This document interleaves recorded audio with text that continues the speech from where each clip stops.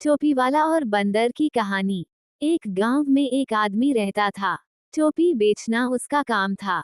अपने गांव के साथ ही वह आसपास के दूसरे गांवों में भी घूम घूम कर टोपियां बेचा करता था। वह रोज सुबह एक बड़ी सी टोकरी में ढेर सारी रंग बिरंगी टोपियां भरता और उसे सिर पर लादकर घर से निकल जाता। सांझ ढले सारी टोपियां बेचकर वह घर वापस आता था। एक दिन अपने गांव में टोपियां बेचने के बाद वह पास के एक दूसरे गांव जा रहा था।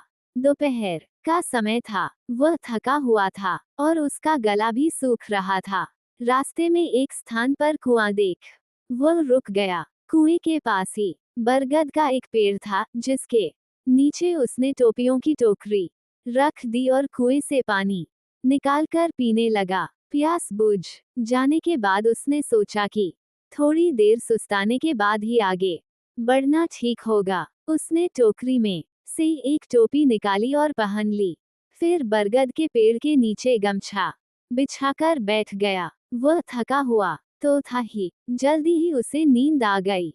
वह खर्राटे मारते हुए सो रहा था कि शोर शराबे से उसकी नींद उचट गई। आंख खुली तो उसने देखा कि बरगद के पेड़ के ऊपर ढेर सारे बंदर उछल कूद कर रहे हैं। वह ये देखकर चकित रहा गया कि उन सब बंदरों के सिर पर टोपियां थीं। उसने अपनी टोपियों की टोकरी की ओर दृष्टि डाली तो सारी टोपियां नदारद पाए। चिंता में वह अपना माथा पीटने लगा। सोचने लगा कि अगर बंदर सारी टोपियां ले गए तो उसे बड़ा नुकसान हो जाएगा।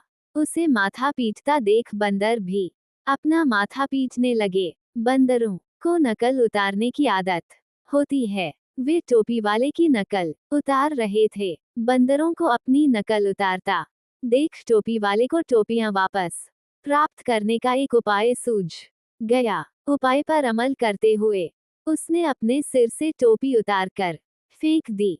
फिर क्या था, बंदरों ने भी अपनी अपनी टोपियां उतारकर फेंक दी। टोपी वाले ने झटपट सारी टोपियां टोकरी में इकट्ठी की और आगे की राह कर ली। सीख, सूझबूझ से हर समस्या का हल निकाला जा सकता है।